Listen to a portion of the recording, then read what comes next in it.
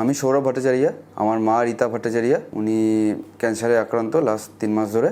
আমি ফার্স্ট পুনর্জন্ম আয়ুর্বেদাতে ফেব্রুয়ারি মাসে আসি। এটা আমার সেকেন্ড ভিজিট এখানে। ওনার বয়স হচ্ছে 60।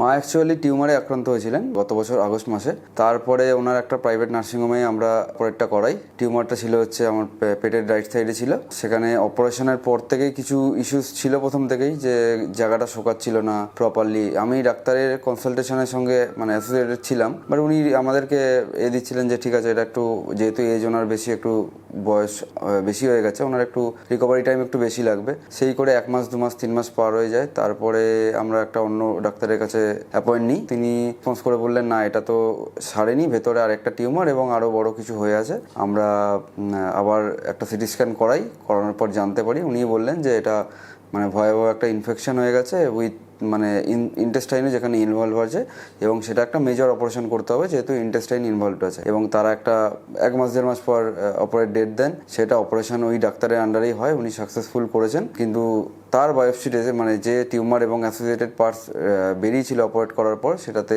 বায়োপসি করে দেখা গেছে যে মায়ের ক্যান্সার সেল আছে তার মধ্যে। এবং তারপরে ওনারা কেমোথেরাপি এবং রেডিয়েশন এগুলোর পরামর্শ দেন। এবং আমি আরও কনসালটেশন করে তাদের থেকে জানতে পারি যে এগুলোরও কিছু সাইড এফেক্টস আছে। সেইখানে দাঁড়িয়ে আমি পুনর্জন্ম আয়ুর্বেদের ভিডিওগুলো সোশ্যাল মিডিয়ায় দেখতে পাই এবং অনেক পেশেন্টের ফিডব্যাকও আমি জানতে পারি যে এখান থেকে অনেকে ট্রিটমেন্ট করে তাদের লাইফটা বেটার আছে। এবং তাই আমি পুনর্জন্ম আয়ুর্বেদে আসি। এখানে এসে ডাক্তারের সাথে কথা বলে একটা কোর্স আমি ওষুধ নিই, এবং সেইটাকে আমি দেখতে পেয়েছি যে প্রিভিয়াস অপারেশনের পরে মায়ের যে প্রবলেমসগুলো ছিল, যেটা মা হয়তো বলতো, কিন্তু তারপরে আমি মাকে বরঞ্চ জিজ্ঞেস করেছি যে মা, আগের অপারেশনের পরে তোমার এই ইস্যুসগুলো হয়েছিল, এই প্রবলেমগুলো হয়েছিল, জিনিসটা প্রপারলি শুকাচ্ছিল না। একটা ছোট কাট ছিল, সেটা শুকাতে 3 মাস টাইম নিচ্ছিল, কিন্তু এটা একটা মেজর অপারেশন যেখানে মায়ের ফ্রন্ট এল সাইজ কেটেছে, পেট হিউজ সাইজ, কিন্তু সেটা স্টিল মানে 1 থেকে 1.5 মাসে ফুললি রিকভার হয়ে গেছে। এবং তার সাথে মায়ের যে অপারেশন, পোস্ট অপারেশন যে আগের অপারেশনের পরে যে ইস্যুসগুলো ছিল, সেইগুলো মা